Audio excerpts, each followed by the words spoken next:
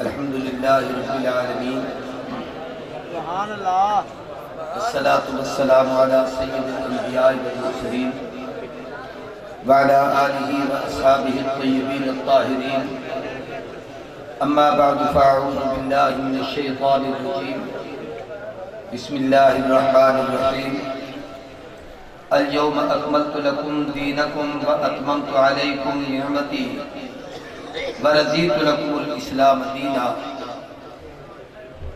قال النبی صلی اللہ علیہ وسلم الاسلام یہدم ما کان قبلہ، وقال رسول اللہ صلی اللہ علیہ وسلم انا آخر الانبیاء وانتم آخر الامم ومسجدی آخر مساجد الانبیاء۔ صدق اللہ العظیم وصدق رسولہ النبی الکریم۔ سب دوست عقیدت اور محبت سے درود پاک پڑھ لیں۔ اللہم صلی علی محمد وعلی آل محمد کما صلیت علی ابراہیم وعلی آل ابراہیم انک حمید مجید۔ اللہم بارک علی محمد وعلی آل محمد کما بارکت علی ابراہیم وعلی آل ابراہیم انک حمید مجید۔ مجھے دینا اس کا کی کو بات کر، یہ قبل عبادت کی بات، میں نے یہ تو سنانا ہے، کام ختم نہ ہو جائے۔ لائق سب تعظیم و تکریم اکابر علماء کرام، واجب الاحترام برادران اسلام، قابل قدر بزرگوں، دوستوں، بھائیوں اور میری گفتگو سننے والی میری پردہ نشین غیرت مند مائیں، بہنیں اور بیٹیاں، آپ کے بھوانہ شہر کے اس دینی درسگاہ جامعہ ابو ہریرہ للبنین اور جامعہ سیدہ خدیجۃ الکبریٰ للبنات کا سالانہ عظیم شان یہ اجتماع سیرت ساقی کوثر کے مقدس عنوان سے منعقد ہے۔ تقریباً 5-6 سال کے وقت کے بعد حضرت مولانا عبد الغفار صاحب ندیم دامت برکاتہم العالیہ کو اللہ جزائے خیر دے کہ ندیم نے ندیم کو یاد کیا ہے، اور یہ میری آپ کی ملاقات کا سبب بنا ہے، اور میں اس پر بھی ان کا شکریہ ادا کرتا ہوں کہ انہوں نے میری طبیعت اور صحت کو سامنے رکھتے ہوئے بر وقت مجھے ٹائم دیا، کیونکہ آپ کے ہاں مہمان بہت سارے ہیں، اور میں آپ سے درخواست کروں گا کہ جلسے کے اختتام تک سب دوست بیٹھیں گے، اطمینان سے سب کی گفتگو سنیں گے۔ میری علالت اور مجبوری کی وجہ سے میں نے ان سے درخواست کی تو انہوں نے میری درخواست کو قبول کیا ہے۔ دعا گو ہوں اس ادارہ کے بانی حضرت مولانا حاجی فیاض القادر صاحب، جو ہمارے بزرگوں کی نشانی پہ اللہ ان کے درجات بلند فرمائے، اس ادارے کو دن دگنی رات چگنی اللہ ترقی عطا فرمائے۔ پہلی دفعہ بھی آیا تھا تو یہ گلی کراس کرنی پڑتی ہے، کبھی سوچتا ہوں کہ اللہ اس شہر کو مسجد کے کنارے آخر تک بنا دے، آمین آمین کہہ دو انشاءاللہ۔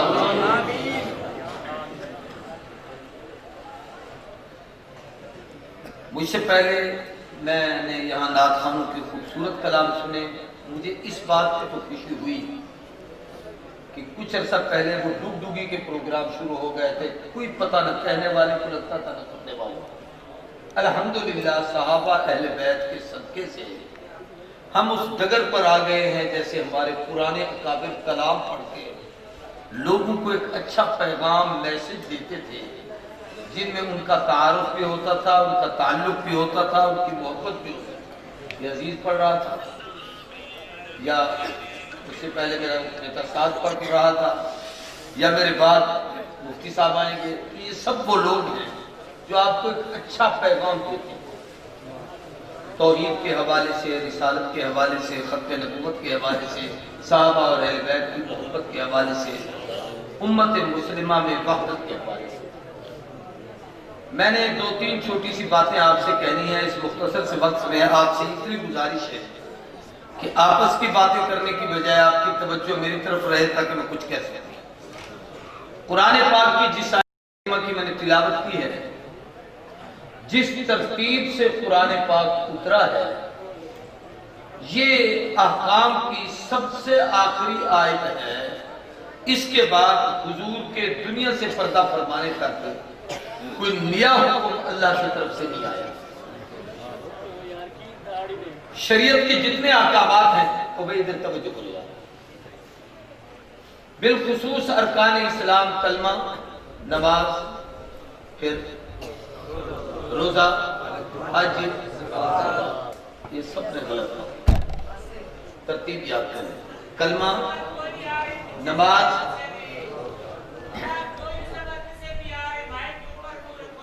اچھا میں وچ تو نہیں منہ وڑ سکتا، باقی انہوں دی مرضی ہے، جنہوں نے انہوں نے ڈیک لاتے میں کی کر سکتا. کسی دا منہ اس پاسے کرو نا، اس سارے دا منہ جو تسی ادھر کیتا میں تو نہیں کرنا، انہوں نے کرنا. کسی دا منہ ادھر بھی تو کرو. توجہ کریں، کلمہ، کچھ بنیادی باتیں، کلمہ، نماز، زکوٰۃ، ترتیب اسلام. زکوٰۃ کے بعد روزہ، پھر حج، یہ اصل ترتیب ہے. کیونکہ کلمے مکی زندگی میں ہے، نماز بھی مکی زندگی میں ہے، زکوٰۃ کی فرضیت بھی مکی زندگی میں ہے، روزے کے احکام مدینے میں ہیں، حج سب کے آنکھوں میں آیا ہے. حج کی فرضیت سن 9 ہجری میں ہے. اور جب حج کی فرضیت کا حکم آیا تھا تو پہلے سال نبی کریم صلی اللہ علیہ وسلم نے صحابہ میں امیر حج سیدنا ابو بکر کو بڑھا کر ان کی قافلے میں، ان کی معیت میں صحابہ کو حج پر روانہ کیا. یہ جو 4 ارکان ہیں کلمہ پڑھنے کے بعد، ان میں سے 2 ایسے ہیں جو اجتماعی ہیں اور 2 حکم ایسے ہیں جو انفرادی ہیں. میری باتوں کو صرف سمجھنا ہے، آپ نے نہ نعرے لگانے کی ضرورت ہے، نہ مجھے اس کی خواہش ہے، نہ ہاتھ یوں لہرانے کی. میری بات سمجھنے کی. کتنے ارکان ہیں؟ 4. 2 انفرادی اور 2 اجتماعی. اجتماعی اکٹھے، انفرادی ہر آدمی اپنا عمل کرے. نماز اجتماعی عمل ہے. اذان ہوتی ہے، مسجد میں باجماعت پڑھتے ہیں، جمعہ ہے باجماعت پڑھتے ہیں، عید ہے باجماعت پڑھتے ہیں، سارے علاقے کے لوگ جمع ہوتے ہیں، سب ایک دوسرے کو دیکھتے ہیں، ملتے ہیں، تو یہ ایک اجتماعی عمل ہے. زکوٰۃ انفرادی عمل ہے. میری زکوٰۃ میرے ذمہ کتنی ہے، کب دینی ہے، میرا کب سال مکمل ہوگا، میرے کون کون سے رشتہ دار مستحق ہیں کہ میں ان کو دوں. روزہ انفرادی عمل ہے، میں نے رکھنا ہے. بیمار ہے، نہیں رکھ سکتا، نہیں رکھوں گا. میں سفر میں ہوں، مجھے ضرورت ہے کہ میں اس کو بعد میں قضا کر دوں گا، تو شریعت اجازت دیتی ہے. پھر حج اجتماعی عمل ہے کہ پوری امت سے اللہ لوگوں کو چنتے ہیں ہر سال، اور چن کر سب کو اکٹھا کرتے ہیں. جگہ بھی ایک ہوتی ہے، جگہ بھی مخصوص ہے، دن بھی مخصوص ہیں، اعمال بھی مخصوص ہیں. خاص مقامات پر، خاص دنوں میں خاص اعمال کو کرنا، اس کو حج کہتے ہیں. میں جو سمجھانا چاہتا ہوں وہ یہ ہے کہ جو اجتماعی عمل ہیں، حضور نے اپنی زندگی میں اپنی امت میں سے ابو بکر کے حوالے کر دیا. بات سمجھیں. مثلا حج کی فرضیت کی، آپ نے پوری جماعت میں سے ابو بکر کو امیر حج بنایا کہ تم جاؤ. پیچھے جب مسائل کچھ احکامات آئے تو حضور نے حضرت علی کو ان آیات کا حکم دے کر بھیجا کہ ابو بکر کو جا کر بتانا، وہ امت کو بتائے گا کہ امیر وہ ہے، اس کے ذمہ ہے امت کو سمجھانا. آپ نے ابو بکر کو میرا پیغام دینا ہے، ابو بکر نے آپ کا وہ پیغام امت کو سمجھانا ہے. تو پہلی چیز امت کی وحدت ابو بکر صدیق ہے جس نے سب کو جمع کیا. دوسرا اجتماعی عمل ہم سب کا پوری امت میں نماز ہے. نبی کریم صلی اللہ علیہ وسلم نے اپنی زندگی میں، اگر شاہ صاحب آ جائے تو خطیب آ جائے تو اس کا معنی یہ ہوتا ہے بس کرو.